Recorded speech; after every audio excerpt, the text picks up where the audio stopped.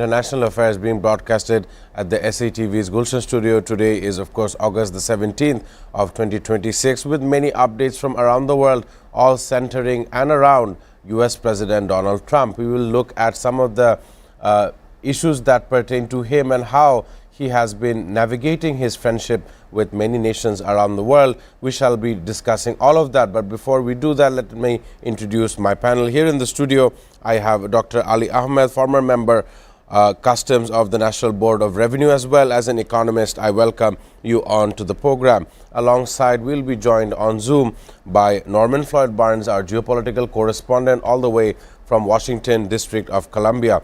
Just to give a recap, on a Monday, we see that the top stories include U.S. President Donald Trump welcoming the signing of the Mecca Joint Defense Agreement by Turkey, Pakistan and Saudi Arabia. On the other hand, Donald Trump and of course, the U.S. and South Korea are seeing a new development in their long-tested friendship. We see definitely a crack in their bilateral ties, especially because U.S. President Donald Trump has signaled that substantially to reduce planned joint military exercises with South Korea, and many more issues to discuss. I want to pass it to Norman Floyd Barnes in Washington. A very good morning to you. Just to get a comment from you, how you feel about an allied nation, South Korea, and Donald Trump, in what he had stated that, and I quote, "Based on my very good friendship with Kim Jong-un of North Korea, I am not happy with the fact that United States has long ago agreed to participate in joint military exercises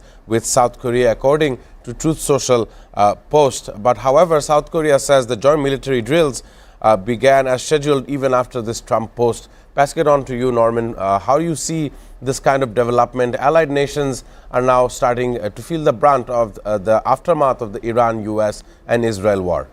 Norman. First thing, good morning.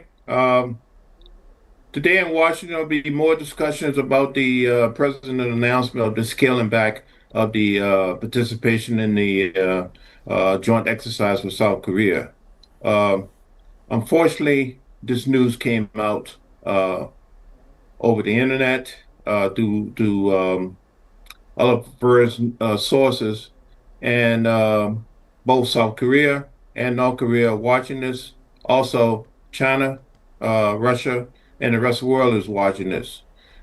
This exercise is just an exercise, a practice exercise for potential coordination of military action in the region, the Pacific region. But it also gives a strong sign that the president and administration is not happy with South Korea's support with the his battle with Iran. By the president taking this step, it sends shockwaves across the Pacific area about our support of South Korea.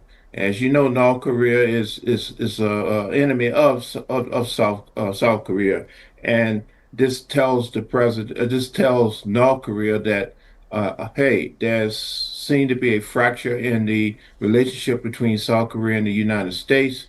And again, the president made comments about his renewed relationship with North Korea, stated as being stable. So now China is also digesting this information, and there's talk about actually the president actually has removed his last carrier from the region. It's going to be replaced hopefully with another carrier. But the situation is now focusing on Iran. The emphasis that the philosophy of first the Western Hemisphere, taking care of the Western Hemisphere, and also the area in the Pacific, the APAC area. Now it has shifted from that to a complete reversal. The focus is now on Iran. So that tells Iran that, hey, there something is happening in terms of what they figure is going on. And you know, today is the day where the deal, the peace deal, the conversation about peace ends. So Iran is now preparing for a more, as they stated, a more offensive response to the United States and Israel. What that means, I don't know. But the U.S. is now preparing itself to focus more on that in Iran than what is happening in uh, with South Korea in the drill. The president wanted to pull out completely, but because of the late timing of this, he decided just to scale back.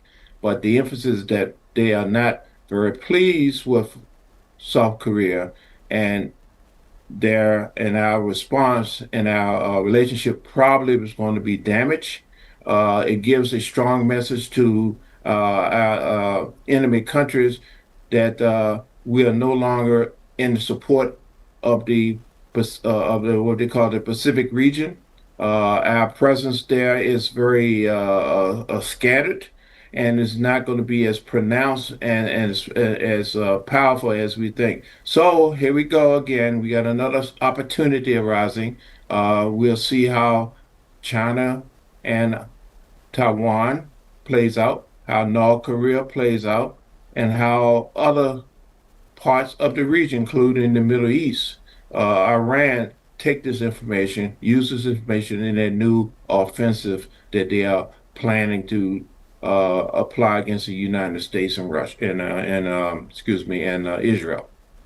Right. Excellent opening statements coming from Norman Floyd Barnes, really recapping the situation that we see unfolding in terms of U.S. and how they are testing their friendship with South Korea, and of course exploring avenues with Pyongyang, Kim Jong-un in North Korea. Of course, though both territories have history being each another's enemy. And there was a stance in which South Korea was asked how they feel about the denuclearization and the Islamic Republic of Iran.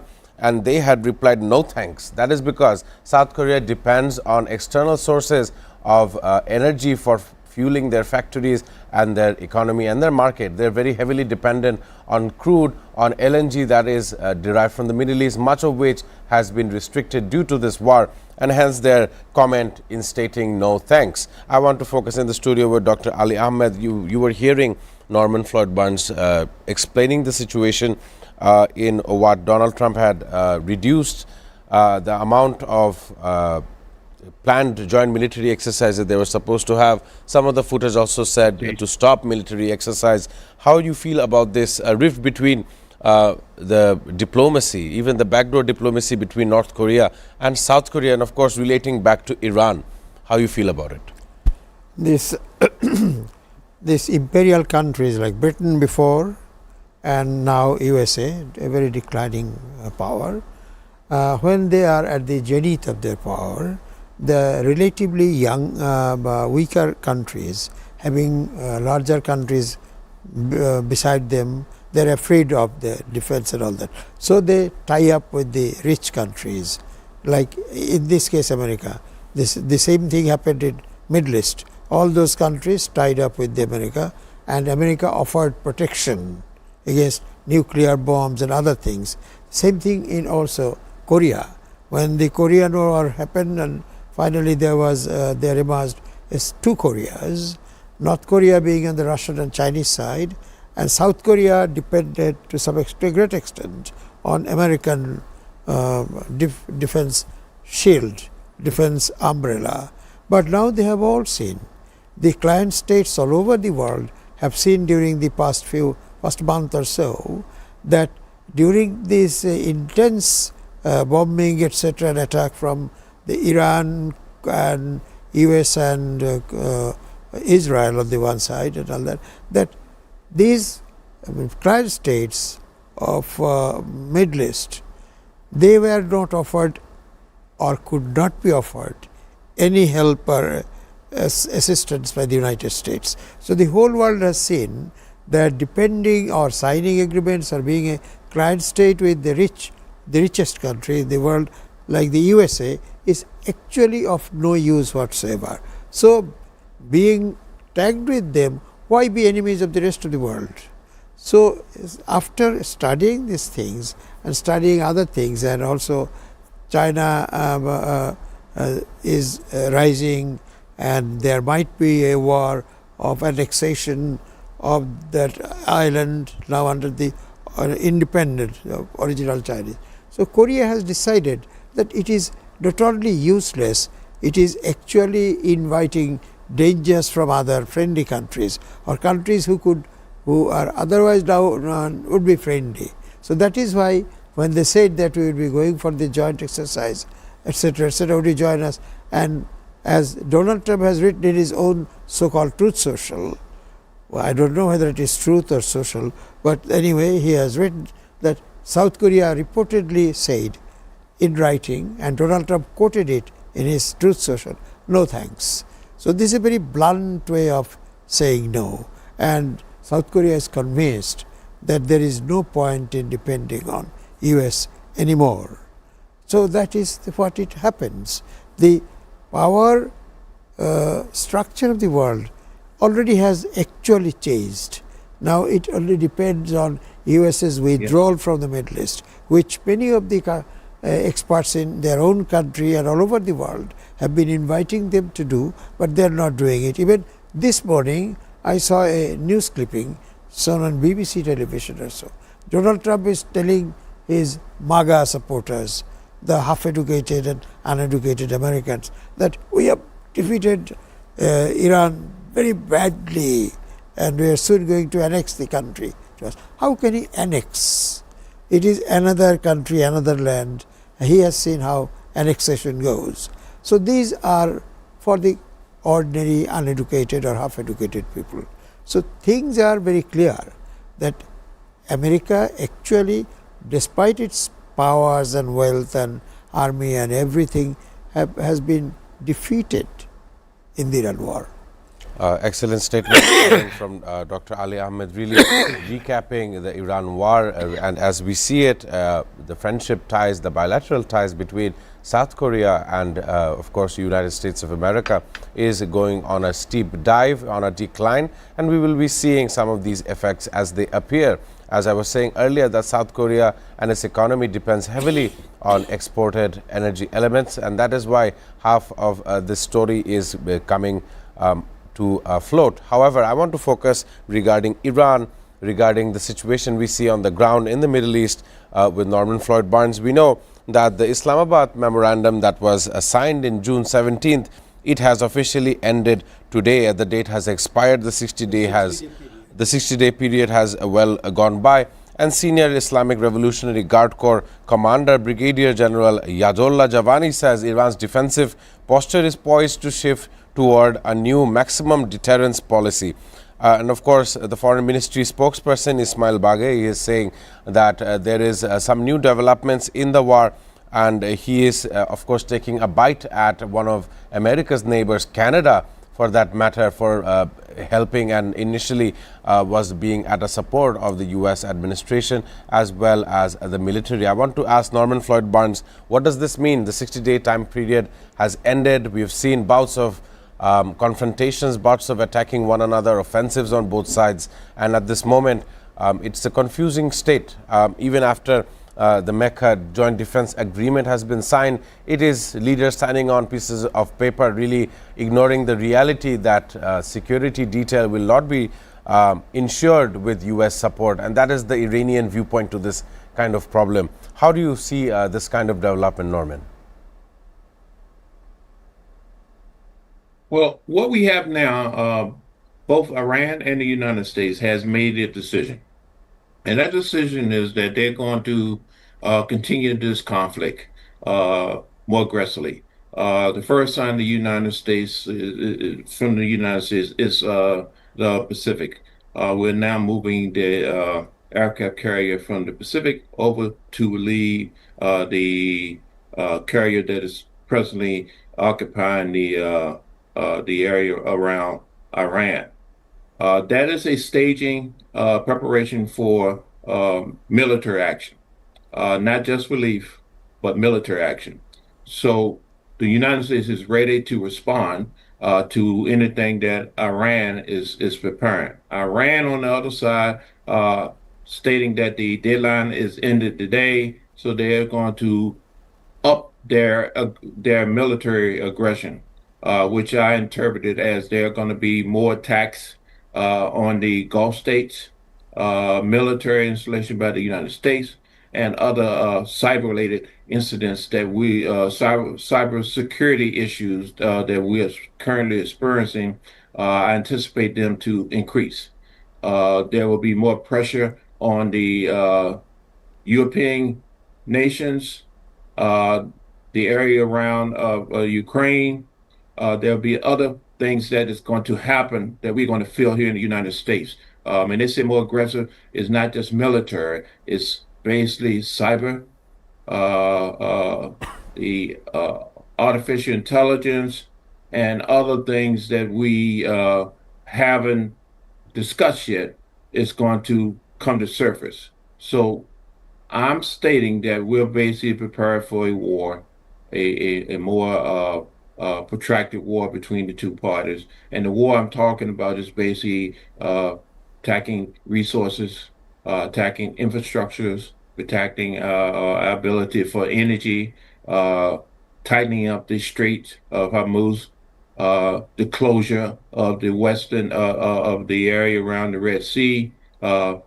So they are now coordinating with the Houthis and other parts, Hamas, to prepare for a siege. I anticipate there will be some attacks in the region, which will generate a response from the United States. And the United States, in anticipating this, has moved and are gearing to mobilize the military, either through, I don't know, drones or other means to respond to these things. So now we're looking at the next stage.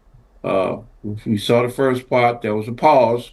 There's a pause because they're developing, both countries are now developing an action plan. And an action plan will probably lead into a military action. And as you know, the time is ticking here in the United States. We have a midterm coming up, and the timing of this is to disrupt that process here in the United States by keeping us occupied in a military conflict that has created problems. Right, excellent statements from Norman Floyd Barnes. Really, as the news suggests and as the patterns show, I come to believe that U.S. is slowly becoming an outlier in the face of so many more nations that are, of course, feeling the brunt of the U.S., Iran and Israel war. In its eighth or so month. It has been many months that this has continued, and it has had adverse effects all around the world. With that being stated, it's time for a short commercial break. Afterwards, when we come back, we'll be focusing on some issues pertaining to Palestine and in special pertaining to Israeli Minister Ben-Gvir in somewhat violations that he is hoping to commit. With that being stated, it's time for a break. Do stay tuned for more on this very program. Welcome to International Affairs, and my name is Shamsul Alam Panto. I don't see an easy resolution to this because every slight deviation from the plan, opening an open war conflict with them, testing nuclear missiles, Russia's announcement of these supposedly successful testing, special and exclusive footage that is being played on SATV screen, Really coming to terms with Hamas. Damage estimated between this entire issue. President Trump is expected to hold bilateral talks, preserving biodiversity and tackling climate change. We cannot protect the planet before we negotiate peace. Where is it going? Is it understanding the needs of its people before the needs of this global world? For China to come to agreement, They will face better projects. with President Xi of China and President Lee of South Korea. Trump's White House that is in favor of these things. simply not enough action being taken to address the problem of fossil fuels. What their plan initially is towards the Caribbean, a place that has been met with two types of disasters. Bangladeshi students at the same level of opportunity internationally and domestically. International Affairs. Watch every Sunday to Thursday at 2 p.m. only on SATV and SATV Digital.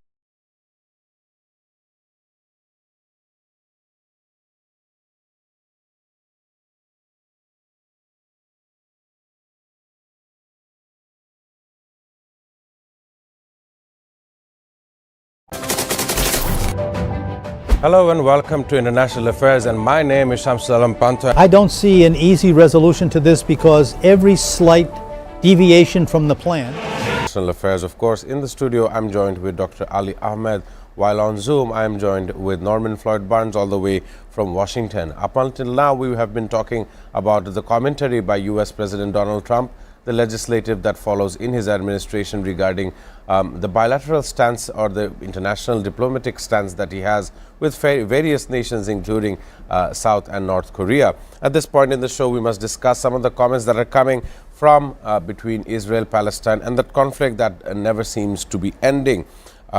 Israel's National Security Minister Itamar Ben-Gvir had openly endorsed the killing of Palestinians in Gaza, stating that Israeli forces should kill 30 or 40 people in Gaza every night, go beyond those who pose a danger at that particular moment. This will definitely mean extrajudicial killing, genocidal killing, and all those acts that are of this kind of internationally heinous crime. Iran's Deputy Foreign Minister for Legal and International Affairs, Kazem Gharibabadi, has accused this very person. Not only so, we see a U.S. Senator also joining the ranks regarding this, Jackie Rosen, the person, the U.S. Senator, who is also saying that Itamar Ben-Gvir must resign after he had stated this kind of comments. I want to begin in the studio with Dr. Ali Ahmed. How you see this? Well over 73,000 Palestinians have been murdered, 500,000 people have been injured, many displaced, Gaza turned into a rubble. And amongst this, he still believes that 30-40 people are there to be killed every night. That statistics is just off. It shows his blatant hatred towards mankind and humanity.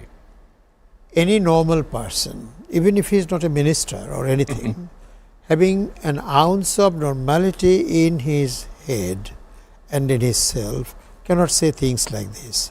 Least of all, a minister of Israel, especially of Israel, they cannot, you cannot, we cannot kill any single ordinary person. And he openly says it. The question that the general people can ask, what the UN is doing. The problem is, I am not supporting, or I am not having any special pleading for UN, but the problem is, ultimate decision in the UN is dependent on the Security Council.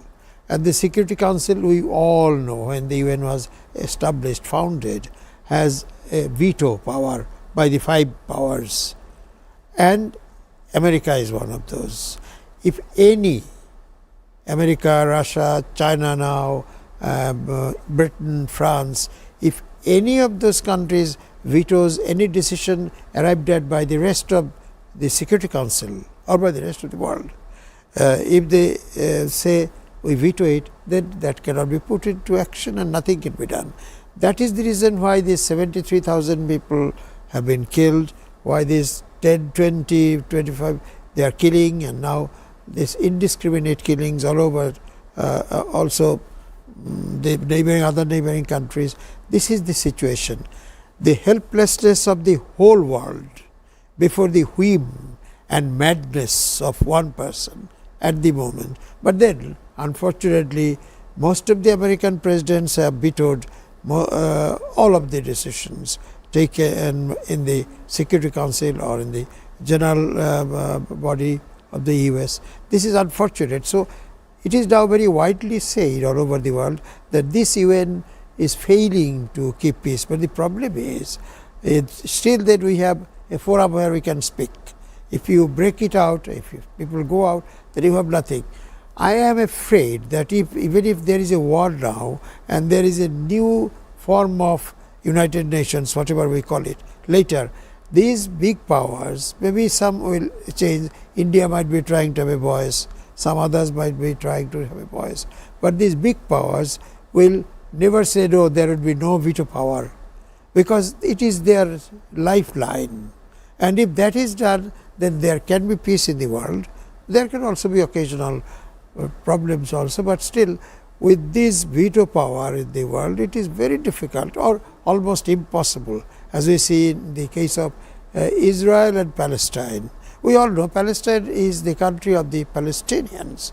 Israel's by Balfour Declaration, Balfour was the foreign secretary foreign minister of UK, it was declared that they need a homeland. Although he has said, as the British diplomats do, he said, but of course without disturbing the other residents, that means the Palestinians and other Christians and others. That is said there, that is already in words. We know how the Palestinians have been driven away and how they are now killed in a genocide. And Benjamin Netanyahu and the Ben Gvir and all those, they are on the International Criminal Court and the International Court of Justice. They have issued warrant arrests against them. The duty of any member nation of the US is to get them, whenever they get any of them, and wherever it is possible, they should send him to the International Court. I don't know, it might happen, because in the European cases these have happened. We saw those trials. There would not be Donald Trump always. There would be a time, definitely maybe 5 years, 10 years from now, that they would be caught and sent for trial. But in the meanwhile, the Palestinians are dying, and the peace in the rest of the world is also dying with them. So I think something should immediately be done by the other good countries who wanted a stop to this. Of course, excellent statements from Ali Ahmed, really recapping the extremist factions that we see regarding Palestinians. The commentary by Ben Gvir, Security Minister for Israel, stating that we should be nightly killings of Palestinians.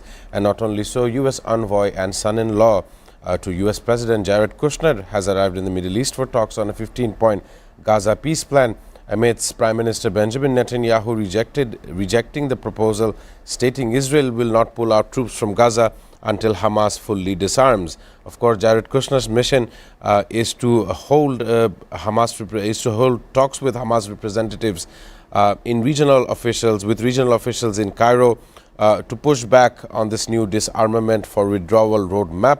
Want to follow up with Norman Floyd Barnes. How you see this kind of development? We know the MOU has ended with Iran. Iran is observing these comments made by security officials in Israel. And any moment, any tinder can go burnt off and the fight might reignite as we know it. And it's going to have a very negative impact for the rest of the weeks and months to come of this year. How do you value this kind of events unfolding? Son-in-law Jared Kushner seems to be active in trying to reset some of the ties. The Board of Peace, I'm not sure if it is having any kind of fruitful action as well. Norman, how you see this kind of let us, in the meanwhile, let us also remind ourselves that the son-in-law, he is the son-in-law of Donald Trump, but he himself is also a Jew. Right. So that must be remembered also. Exactly pointed, very accurately pointed by Dr. Ali in the studio. I want to pass it to Norman, how you see it unfolding as well. Well, my assessment is basically, first thing I want to talk about is the Board of Peace, which I call the Board of the 15 Pieces.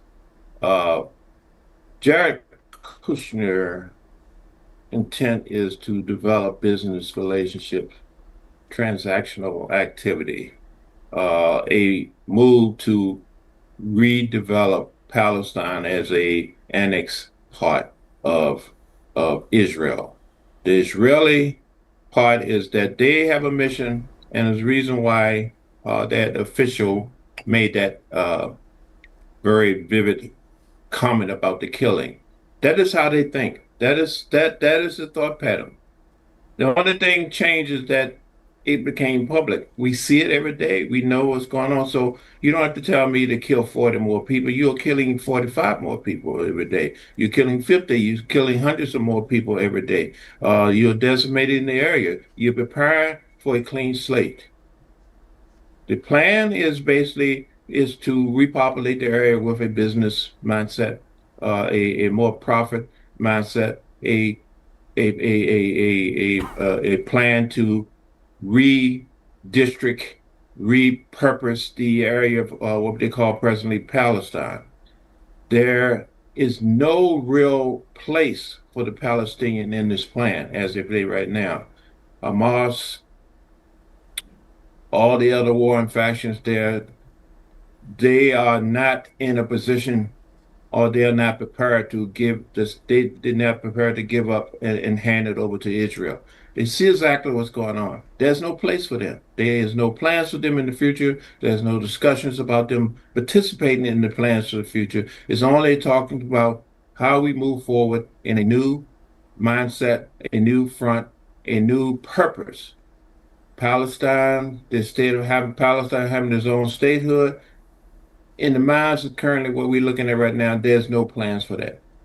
There's no integration that involve the Palestinian people except to come in as day workers. There's nothing planned for a peaceful environment. Israel mindset is more, we have to take it all over. We have to control the area. In order to do that, we have to move all the current Palestinians out and create an environment where they cannot rise again. They cannot oppose us. That is not going to happen. So we're looking at an endless confrontation. It'll never be a situation where Palestine gives up its right.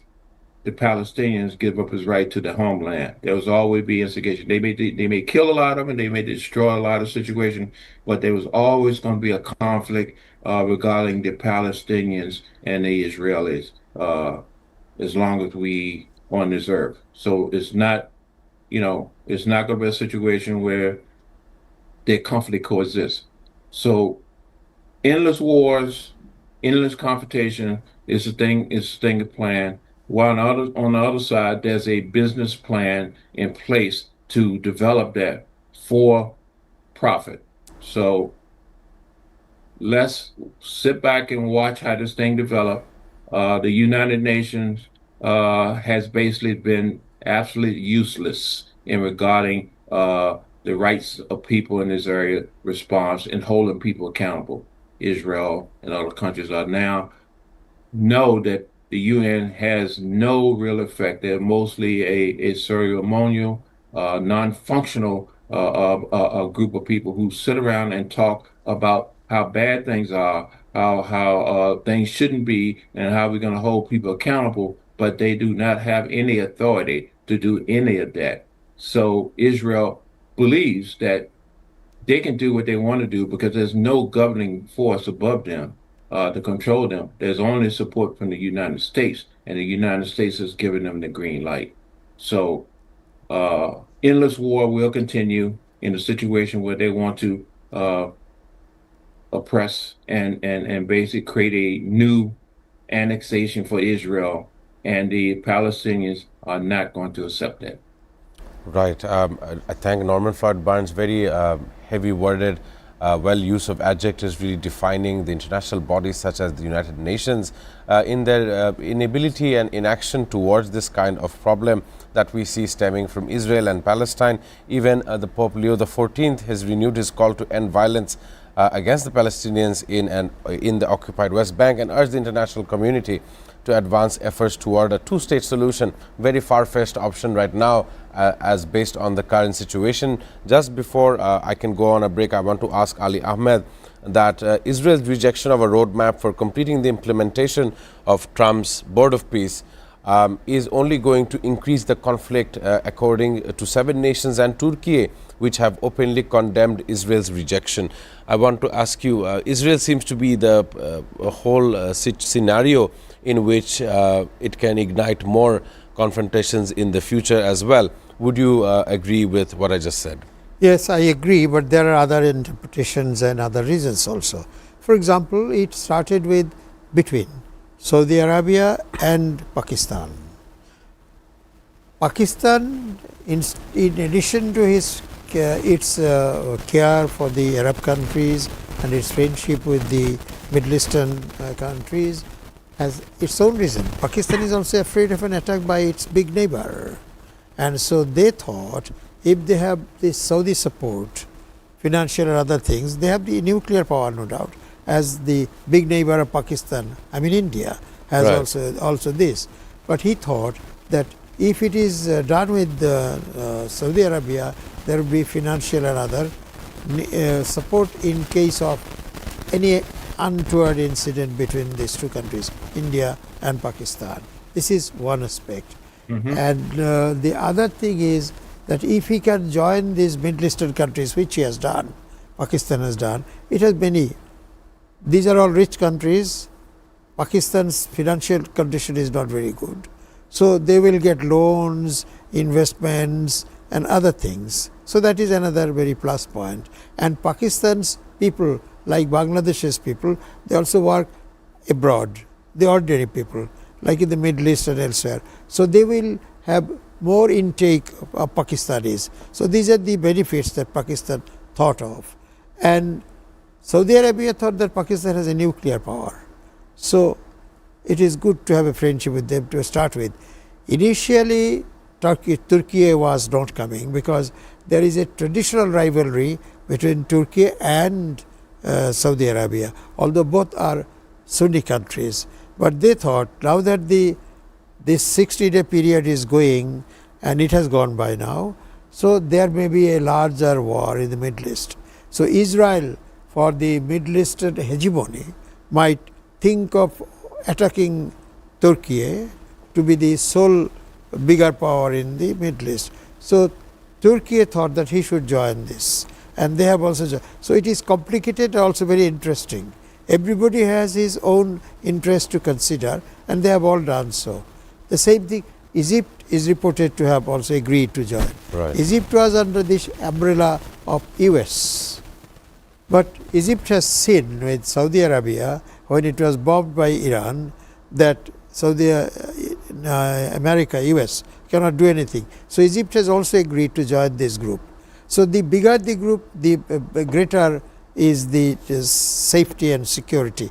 That is why it is come. The Western countries are calling it the Islamic NATO, sort of NATO type of countries. These are the basic reasons. This is how things come out, as NATO did in Europe and America. So let us see, but the fear that they all have is a greater conflagration, greater war in the Middle East, which might spread further all over the world. We only pray and wish that this does not happen, because although Bangladesh is not going to be, cannot be a party to this war, but a war of this magnitude will cause so much problems in the world itself that there would be famine, there will be lack of work, there will be so many problems, and Bangladesh cannot be out of this. So we would only want the good thinking people in the United Nations to do something to, first of all, to prevent a bigger war, and then to do a justifiable and acceptable solution of the problem between Israel and the Arab countries, especially Israel and Iran now. And America has seen that Iran is a weaker country, but America cannot really defeat, as Donald Trump claims it often before his MAGA audiences, but that is not going to be there. It is, he must also remember that his midterm is going on, is coming, is in November, and there has been a couple of Senate votes, and his traditional seats have been lost to the Democrats. So his condition is also going to be bad now, but it is going to be worse in the Senate. So these are the things that are coming. So people should think coolly and save the world from a conflagration. So many countries, and this nuclear power, the nuclear power people should think that if they have it, everyone would aspire to have it. So there is, Barack Obama once gave a proposal in his so-called Cairo speech to totally denuclearize the world. Not even US or UK or anybody having it, but it is not so easy. So he just gave one good oratorial speech and then stopped it because he thought it's not possible. I don't know where the world is going to end. I only wish that people in power have greater human feelings, greater humanitarian considerations, and greater hope for peace and happiness in the world. Excellent statements coming from Dr. Ali Ahmed, really recapping how leaders often forget the humanistic aspects towards this kind of problems as the world reels on continuously from wars on multiple sides and efforts as well. It's time for a short commercial break. Afterwards, we shall be analyzing some of the effects that it has on here in Bangladesh, our nation's capital in Dhaka as well. Requesting our audience to stay tuned for more on this very. Hello and welcome to International Affairs, and my name is Shamsul Alam Panto. I don't see an easy resolution to this because every slight deviation from the plan, opening an open war conflict with them, testing nuclear missiles, Russia's announcement of these supposedly successful testing, special and exclusive footage that is being played on SATV screen, Really coming to terms with Hamas. Damage estimated between this entire issue. President Trump is expected to hold bilateral talks, preserving biodiversity and tackling climate change. We cannot protect the planet before we negotiate peace. Where is it going? Is it understanding the needs of its people before the needs of this global world? For China to come to agreement, They will face better projects. with presidency of China and President Lee of South Korea. Trump's White House that is in favor of these things. simply not enough action being taken to address the problem of fossil fuels. What their plan initially is towards the Caribbean, a place that has been met with two types of disasters. Bangladeshi students at the same level of opportunity internationally and domestically.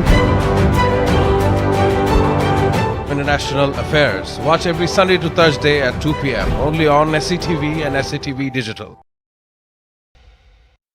Welcoming our viewers to the last segment of International Affairs. We were, of course, in discussion of the worldly updates that are stemming from not only the US but as well as Middle East and as well in Asia that we have covered. Some violations, some calls for humanity, calls for unity of the United Nations as well. And at this moment, we must look at the effects that it has here in our nation, in Bangladesh. I want to ask Dr. Ali Ahmed. We have been fairly in a new government 6 months on, and we are seeing some good and bad effects as well. Energy crisis is on one side on the rise, and that is partly due to the Middle Eastern situation. And we are a smaller nation in compared to many other nations across the board. However, I'm very hopeful for the coming days as well. Just a comment before I can end the program from you, how you believe we are striding through this worldwide situation. Well, in consideration of the immediate past of Bangladesh and in consideration of the world situation now, it is very easy to foresee that Bangladesh is not going to come out of the difficult problems that we have now very soon, because there are some of these are inherited and some are now building up further. So I don't know how is the condition going to be. But watching from a distance, watching especially the head of state, head of the government, the Prime Minister's movements and his way of talking, his way of behaving, his way of tackling problems so far seen, speaks of a good future.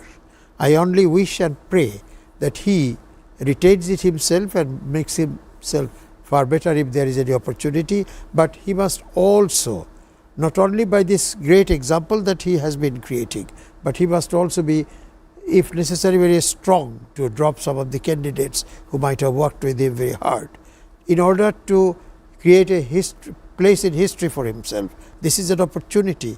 After such a bad past and background that we have in this country, the present Prime Minister has made a good beginning, a good augur and a good intent, it seems.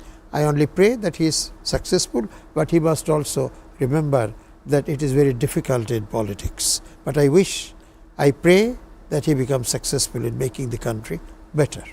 Definitely, we all pray that the Prime Minister makes sure of success and progressive environment for Bangladesh to strive in the international community. I thank Dr. Ali Ahmed for your attendance, your valuable insight, and of course your patience regarding various issues from worldwide and of course locally here.